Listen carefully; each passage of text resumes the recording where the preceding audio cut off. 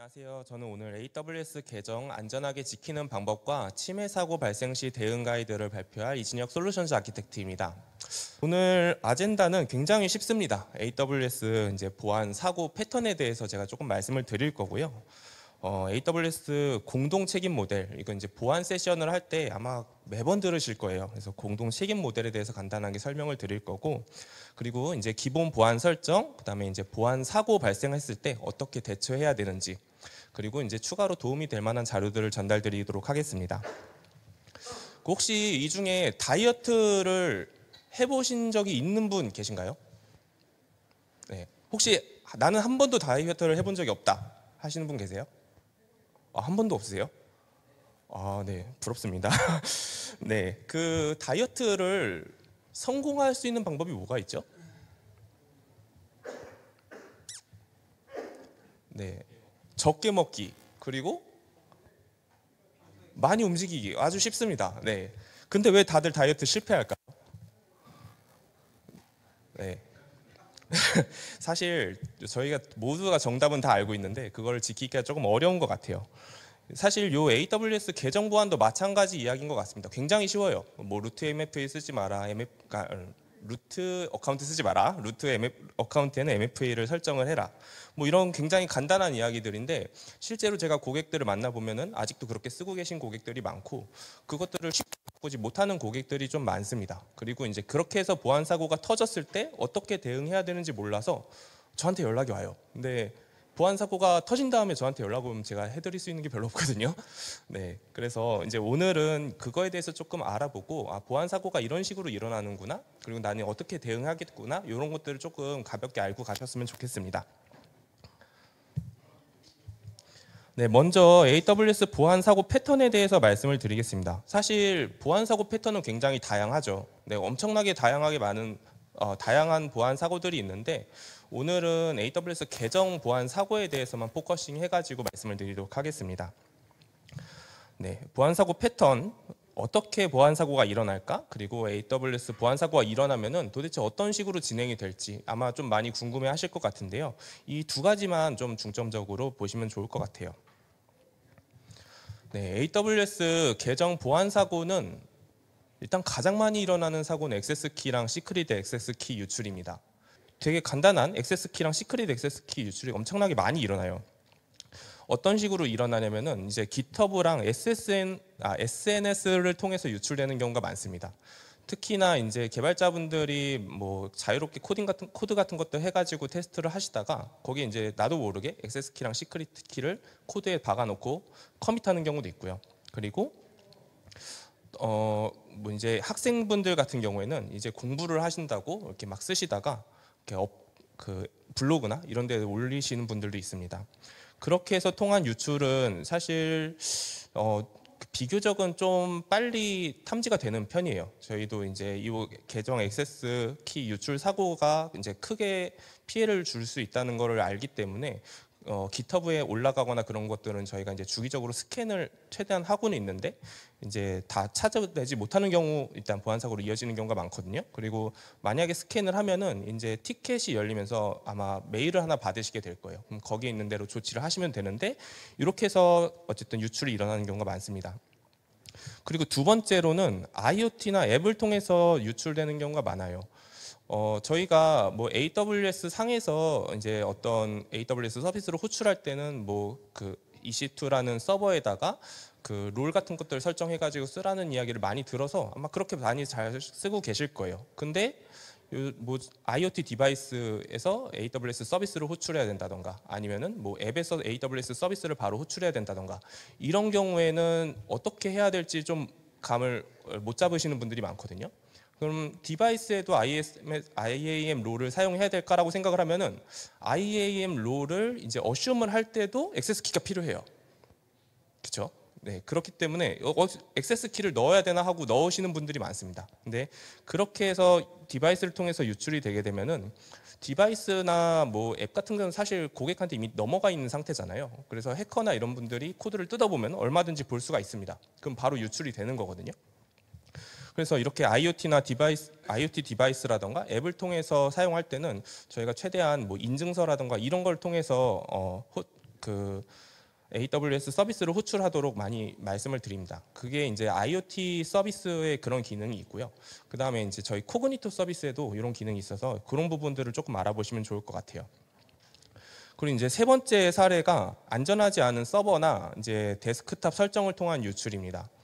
사실 이제 액세스 키랑 시크릿 키 같은 것들을 많이 다운받아서 쓰시거나 할 텐데 내가 사용하고 있는 요 데스크탑이 뭐 어떤 바이러스나 이런 거에 감염이 됐어요. 그러면은 내가 여기서 아무리 액세스 키를 기터브나 이런 데 코드 안 올리고 쓴다고 해도 유출이 될 수가 있겠죠. 그래서 이런 데스크탑 같은 것들도 잘 관리를 하셔야 됩니다. 네, 그리고 두 번째로는 이제 루트 계정이 탈취되거나 아니면 중요한 권한을 가진 IAM 계정이 탈취가 되는 거예요. 그리고 요 사례 1번이 좀 특이한데 이제 루트를 공유해서 사용하시는 분들이 분명히 있을 겁니다. 제가 1년 동안 고객을 만나다 보면은 꼭 이런 고객들이 그래도 몇 군데씩 보이거든요. 그러면은 이 루트를 공유해서 사용을 하시다가 그 중에 한 명이 퇴사를 해요. 뭐 이직을 하거나. 그러면은 이 퇴사한 직원이 좋게 나갔으면 괜찮은데 이제 좀 안 좋게 나가고 그러면은 악의를 갖고 계정을 탈취를 합니다. 그래서 뭐 리소스 다 지워버리거나 뭐 다 막아버리고 막 이렇게 계정을 다 망가뜨린 다음에 가져가는 경우가 많아요. 근데 이렇게 됐을 때는 조금 대응하기가 되게 어려우실 거거든요. 결국에는 뭐 리소스를 백업해놓고 지우면은 문제가 없겠지만 악의를 가진 직원이 그렇게 친절하게 백업을 하진 않을 거잖아요. 그렇기 때문에 뭐 이런 그 서비스나 이런 것들이 중단이 될 수도 있고 여러 가지 큰 피해가 발생할 수 있습니다. 네, 그리고 두 번째로는 이제 안전하지 않은 네트워크나 패스워드 관리 소홀로 인한 계정 탈취가 이루어집니다. 이거는 뭐 너무 간단한 얘기니까 넘어가도록 하겠습니다. 네, 그럼 이렇게 AWS 계정 보안 사고가 일어난 다음에는 이제 어떻게 진행되는지 한번 알아볼 겁니다. 일단은 해킹한 그 어카운트나 이런 것들이 어드민 권한을 갖고 있으면 제일 큰 문제가 돼요. 근데 이제 어드민 권한을 갖고 있지 않은 게 해킹이 될 수도 있잖아요. 그러면은 해커는 이거를 이제 어드민 권한을 얻기 위해서 수단과 방법을 가리지 않고 노력을 합니다. 그래서 이제 권한 상승을 어떻게든 해요. 그래서 만약에 이제 권한이 어드민으로 상승이 됐다라고 하면 이제 사실 계정은 다 털린 겁니다. 그래서 이제 지속적인 공격을 위한 경로를 또 확보해요. 이게 어드민 계정 IAM 유저 같은 거 하나 엉뚱한 걸 만들어 놓으면은 이제 사용자가 이거 뭐지 하고 발견하고 지워버릴 수도 있잖아요. 그렇기 때문에 요즘 나오는 사례들로는 IAM 롤을 만들더라고요. IAM 롤을 만들어서 이거를 이제 IAM 롤에 보면은 신뢰 정책이라는 걸 생성할 수가 있습니다. 그 신뢰 정책을 생성을 하면은 이거를 내 어카운트에 있는 유저나 뭐 IAM 엔티티가 쓸 뿐만 아니라 다른 어카운트에서 이 IAM 롤을 쓸 수 있도록 신뢰관계 정책을 설정을 할 수가 있거든요. 그렇게 해커의 AWS 계정에서 이 IAM 롤을 쓸 수 있도록 연결을 해버립니다. 그리고 뭐 EC2 같은 것들을 사용하고 있거나 뭐 이러면은 거기 서버에 악성 코드를 설치하는 경우도 있습니다. 그래서 백도어 같은 것들을 만들어 가지고 이제 계속 지속적인 공격을 위한 경로를 확보합니다. 네, 이제 다 준비가 됐죠. 다 준비가 됐으니까 그 다음에는 이제 해커가 하고 싶은 일을 합니다. 리소스를 생성을 하거나 데이터를 탈취합니다. 최근 많이 피해가 발견되는 사례는요. 요즘은 EC2 인스턴스에서 뭔가 사례가 많이 발생하지 않더라고요. ECS에서 조금 많이 발생을 합니다. 요즘 많은 자원들이 컨테이너로 돌아가고 있고, 그리고 요 ECS 같은 경우에는 이제 탈취해가지고 뭔가를 막 만들어도 쉽게 발견을 못하는 경우가 많아요. 그래서 이제 어카운트를 탈취한 다음에 잘 모르는 리전 같은 데다가 넘어가서 ECS 파게이트로 내가 원하는 것들을 막 만듭니다. 그래서 뭐 가상화폐 채굴하는 경우도 있고, 근데 요즘은 가상화폐 채굴은 그렇게 많지는 않은 것 같아요. 코인 값이 조금 떨어져서 그런지 모르겠는데, 요즘은 뭐 악성 웹페이지 같은 것들 많이 띄우는 것 같습니다. 뭐 불법 사이트 같은 것들, 뭐 도박 사이트라던가 이런 것들을 그냥 ECS 파게이트나 이런 걸로 많이 띄워가지고 거기에 이제 사용자들 트래픽을 보내는 것 같습니다. 그리고 이제 두 번째로는 아마존 SNS를 이용해서 스팸 메일을 발송하는 경우도 굉장히 많아요. 그리고 이제 마지막 경우가 조금 크리티컬하게 되는데 이제 DB랑 스토리지에 대해서 랜섬웨어 공격을 하는 경우가 있습니다. 요 랜섬웨어 공격을 당하면은 이거는 굉장히 좀 오랫동안 지속적으로 피해를 많이 보시더라고요. 그래서 이렇게 이제 보안 사고가 일어나면 해커들은 이렇게 1, 2, 3 단계로 진행을 한다는 것을 알아주시면 좋을 것 같습니다. 네, 그리고 이제 AWS 공동 책임 모델입니다. 아마 한 번쯤 들어보셨을 거예요. AWS에서 보안 사고가 발생을 했을 때 어떻게 책임을 져야 되는지 이거에 대해서 많이 궁금해 하시는데요. 일단 클라우드 책임 공유 모델에 대해서 말씀을 드릴 거고, 그리고 운영 측면에서의 책임 영역에 대해서 간단하게 소개를 드리도록 하겠습니다. 네, 클라우드 책임 공유 모델 아마 이 장표 굉장히 많이 보셨을 거예요. 그래서 클라우드 책임 공유 모델은 이제 두 가지입니다. 하나는 클라우드에서의 보안 책임이 있고, 하나는 클라우드에 대한 보안 책임이 있습니다. 일단 AWS는 클라우드 서비스 제공자죠. 그렇기 때문에 클라우드 서비스에 대한 보안 책임이 AWS에게 있습니다.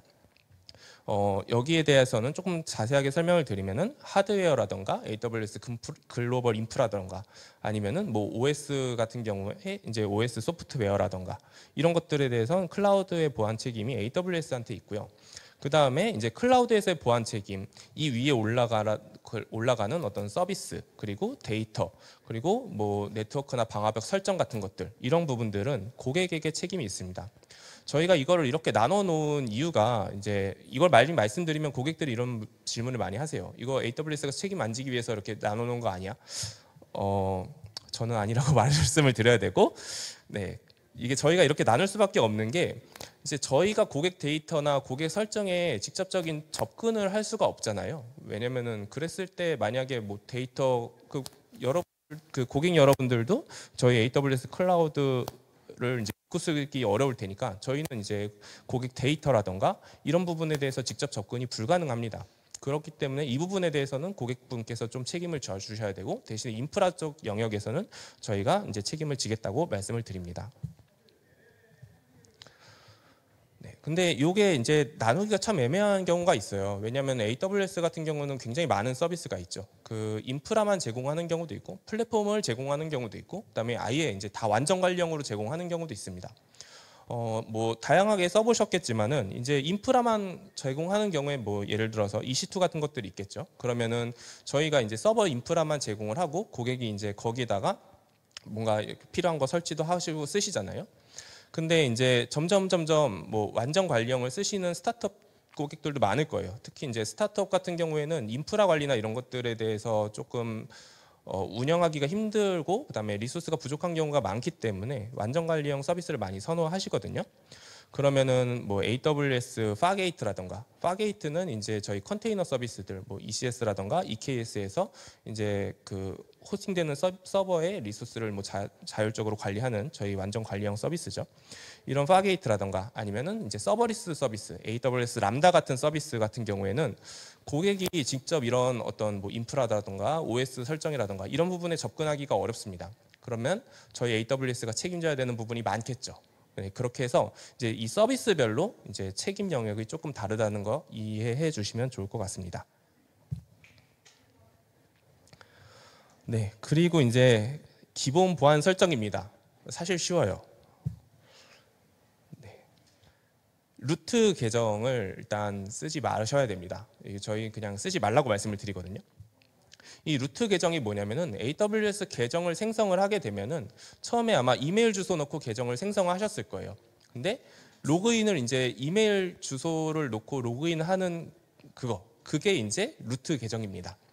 그래서 이 루트 계정을 왜 저희가 사용하지 말라고 하냐라고 하면은 이 루트 계정은 그 AWS 계정에 대한 슈퍼 유저 권한을 갖고 있어요. 그래서 계정에 대한 모든 걸 다 할 수 있습니다. 계정 폐쇄까지 가능해요. 그렇기 때문에 이 루트 유저가 탈취되었을 때는 실제로 뭐 계정이 삭제되는 일이 일어날 수도 있거든요.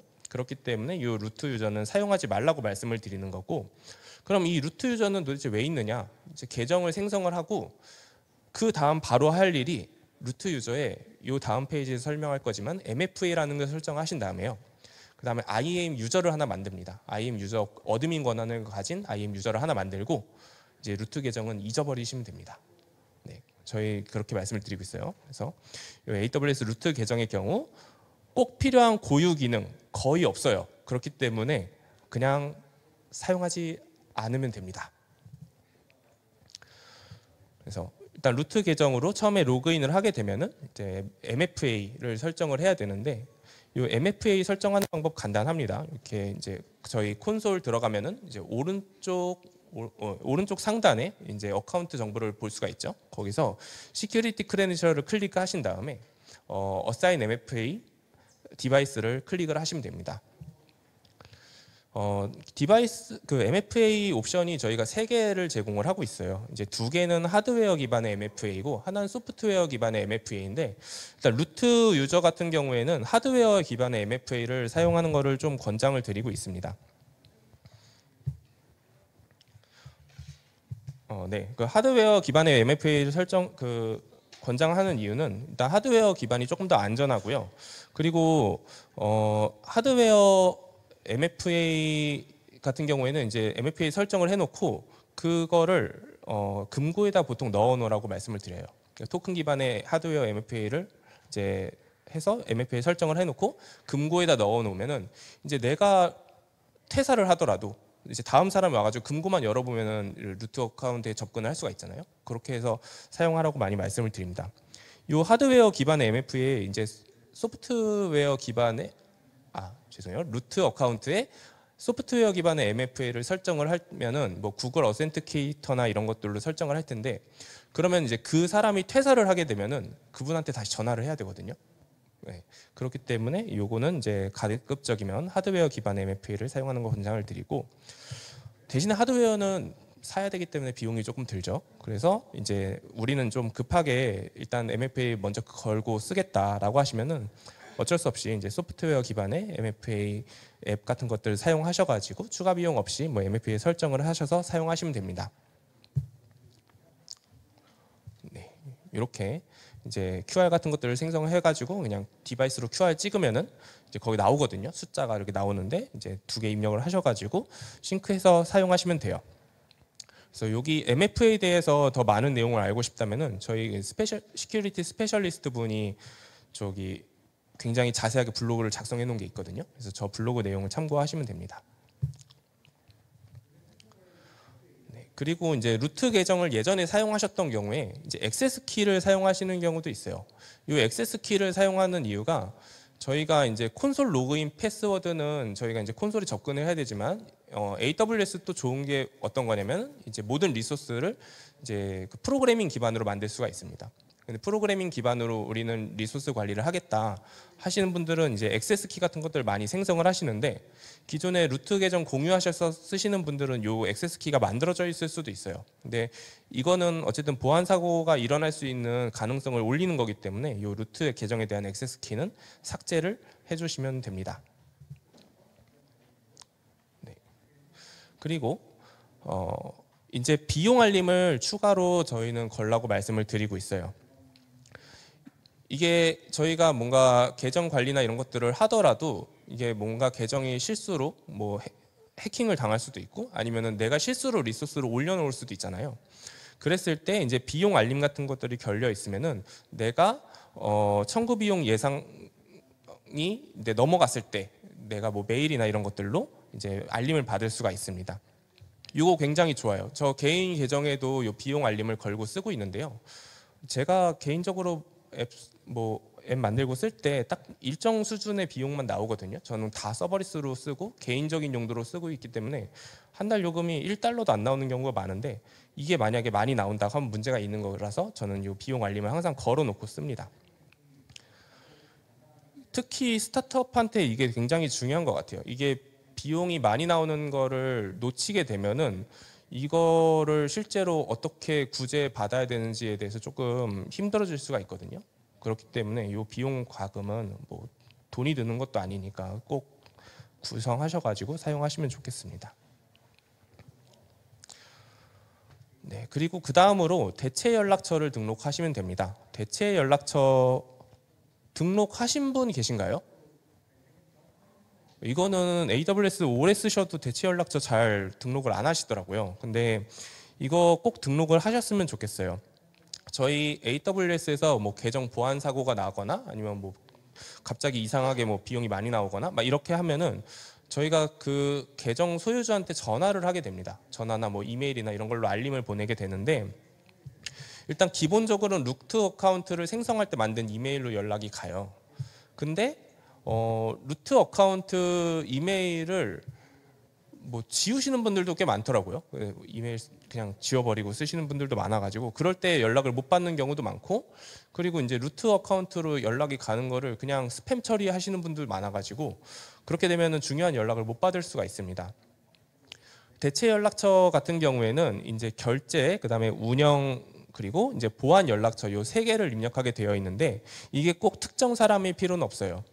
고객들이 많이 물어보거든요. 우리는 이게 보안을 하시는 분이 딱 한 사람만 있는 게 아니라 전체 팀원들이 받아야 되는데 이렇게 할 수 있는 방법이 없냐라고 물어보시는데, 팀 이메일 계정을 하나 만드신 다음에 거길로 메일을 보내도록 하고 그 팀 메일을 그냥 이제 포워딩하는 방식으로 그렇게 사용하시면 됩니다. 그 다음에 이제 AWS 이벤트 로그를 관리를 하셔야 됩니다. 아마 여기 계신 분들은 그래도 이 트랙이 거의 보안 세션이잖아요. 아마 오전에 있었던 오전은 아니죠. 오후 아까 일찍 있었던 ISMS라던가 뭐 여러 가지 뭐 인증 같은 것들 준비하시는 고객들도 많을 텐데, 그 규제 대응하려면은 기본적으로 로깅을 어느 정도 일정 기간 이상 이제 갖고 있으셔야 돼요. 근데 AWS 클라우드 트레일이라는 서비스는 기본적으로 90일 동안 AWS의 관리 이벤트 호출을 기록을 합니다.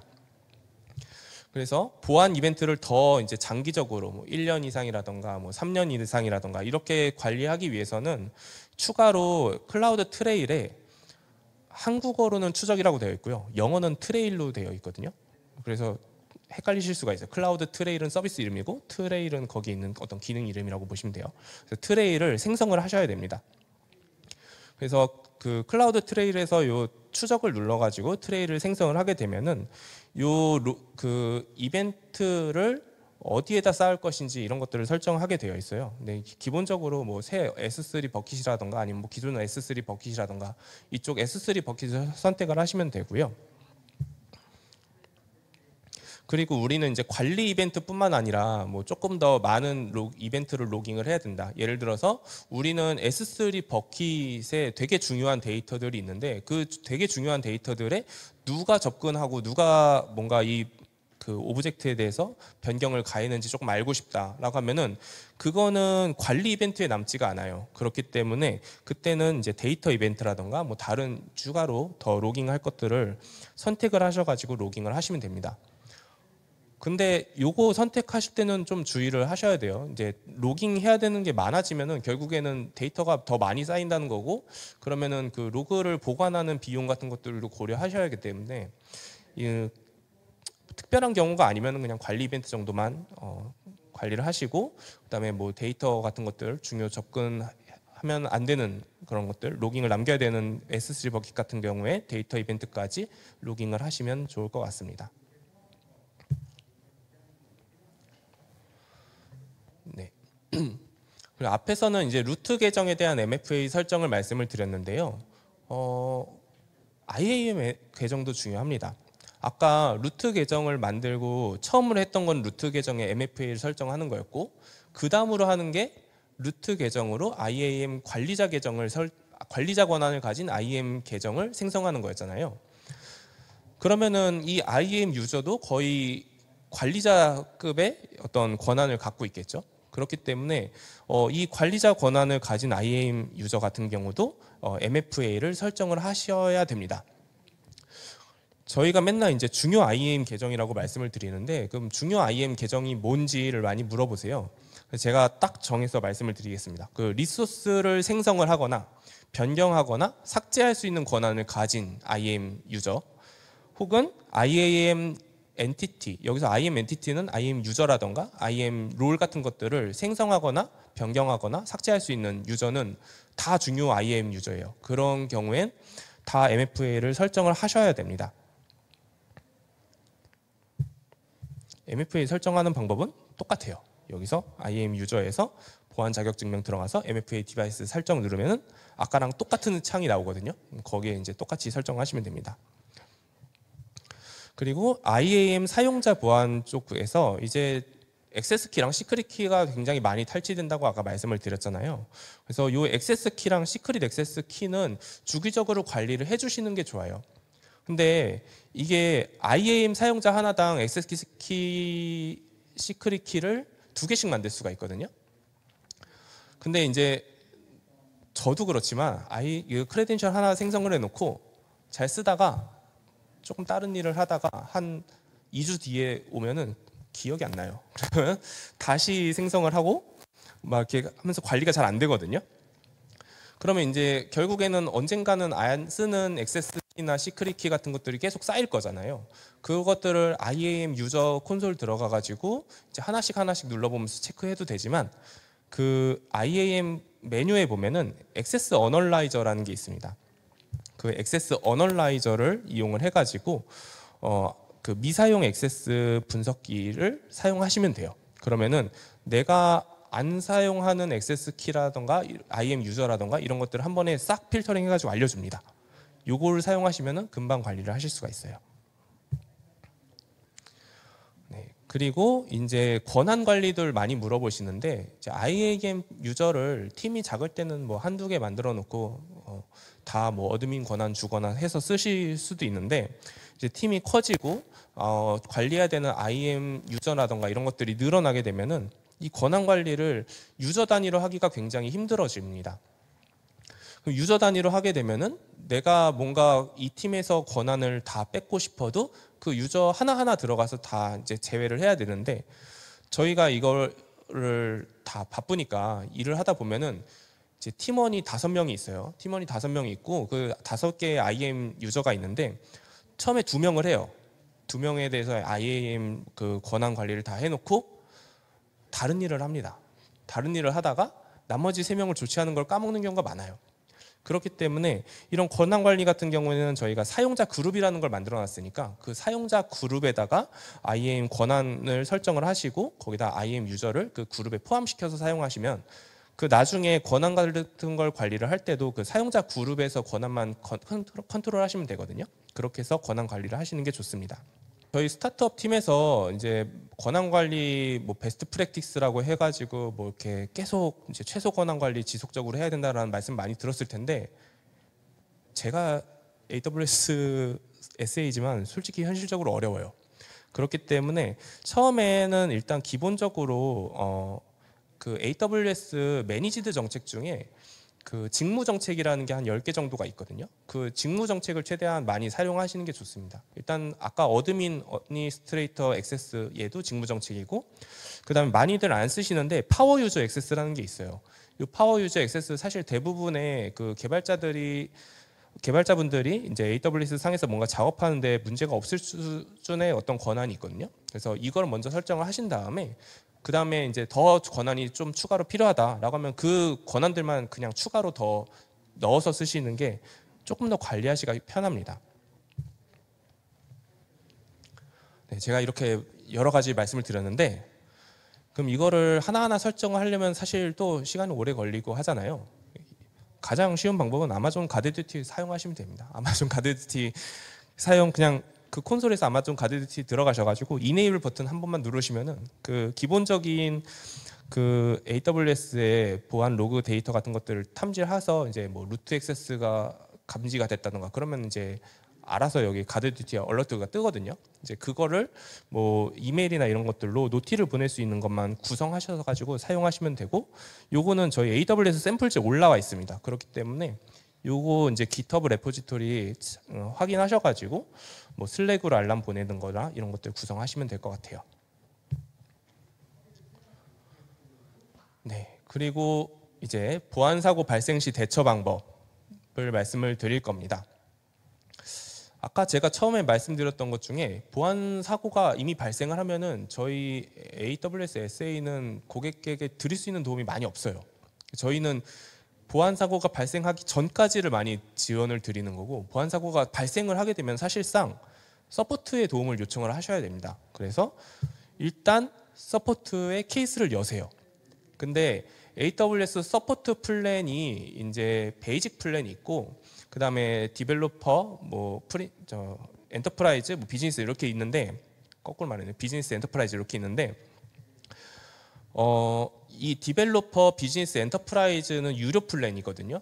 그거는 이제 기술 지원을 받기 위한 플랜이고, 지금 얘는 계정 문제잖아요. 그 계정 문제에 대해서는 베이직 플랜, 무료 플랜으로도 바로 케이스를 여실 수가 있어요. 그래서 AWS 서포트를 이제 콘솔에서 검색을 하셔가지고 이 사례 생성을 누르신 다음에 여기 보시면은 이제 왼쪽에 계정 및 결제 내용이 있고 오른쪽에 기술이 있는데, 계정 및 결제로 그냥 시큐리티, 이 범주 보면 시큐리티가 있죠. 그래서 시큐리티로 나 계정이 해킹 당한 것 같아라고 여시면 돼요. 그래서 일단 케이스를 여는 게 1번입니다. 일단 여기까지 하시고 저희 세일즈나 SA한테 연락을 주시면 돼요. 그리고 사실 이게 한국 고객들 같은 경우에는 좀 신기한 게 직접 뭔가를 해결하시려고 하는 경향이 많습니다. 네, 그래서 이거 제가 좀 예전에 써놓은 블로그인데 크게 달라지진 않았거든요. 그래서 요 AWS 계정 보안 문제 같은 것들이 발생했을 때 어떻게 해결하면 좋을지 이렇게 플로우 차트로 그려놨습니다. 그래서 요거 보시면서 내가 지금 어떤 문제에 해당되는지 체크하시고 그거대로 이제 찾아서 하시면 돼요. 하지만 우리에겐 쉬운 방법이죠. 서포트 케이스 여시면 됩니다. 이거 무료예요. 네. 그 다음에 이제 만약에 서포트 케이스까지 열었다라고 하면은 이제 AWS 쪽에서 어떻게든 연락이 갈 거예요. 세일즈 분한테 연락이 가든지 아니면은 이제 그 서포트 팀에서 연락이 가든지. 그러면은 이제 세일즈 분 통해서 만약에 연락을 간다 그러면은 이제 아마 SA 분들도 같이 이거를 이제 같이 대응하고 고객한테 알려드릴 거거든요. 그러면은 의심스러운 IAM 엔티티를 확인해서 지우셔야 돼요. 이제 서포트 팀에서도 마찬가지 가이드를 드릴 거거든요. 이런 부분들, 이런 액세스 키가 지금 유출이 되었으니까 액세스 키 다 바꾸고 다 지우세요. 이런 거를 가이드를 드릴 거란 말이죠.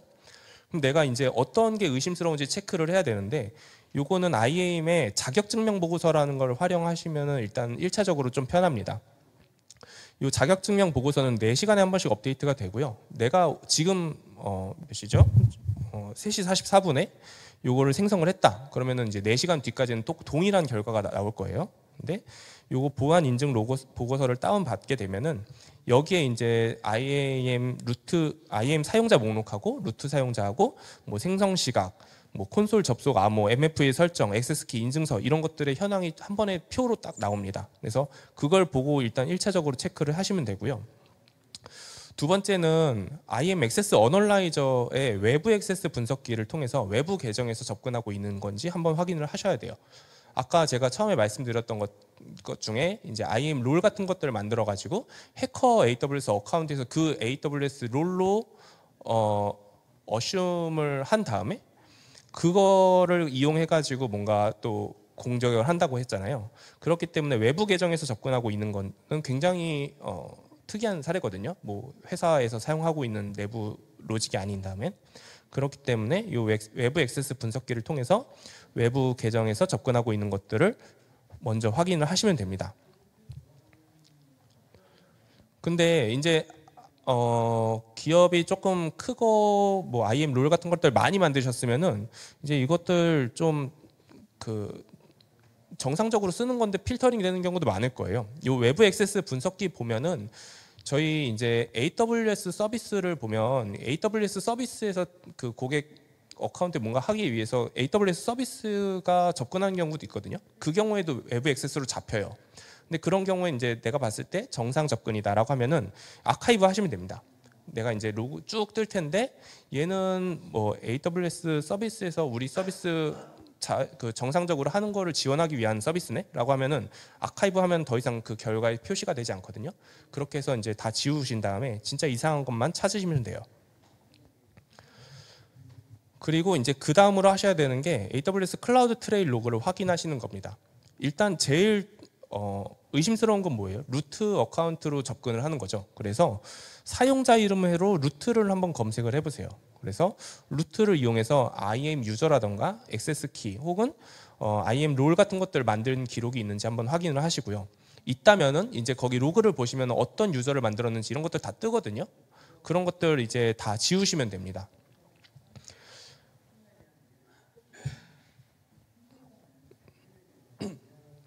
네, 그리고 이제 그 클라우드 트레일 로그에서 속성 조회에서 이제 이벤트 이름으로 이제 크레이트 유저라던가 크레이트 롤 같은 것들 한 거 있는지 한번 또 확인을 해보셔야 돼요.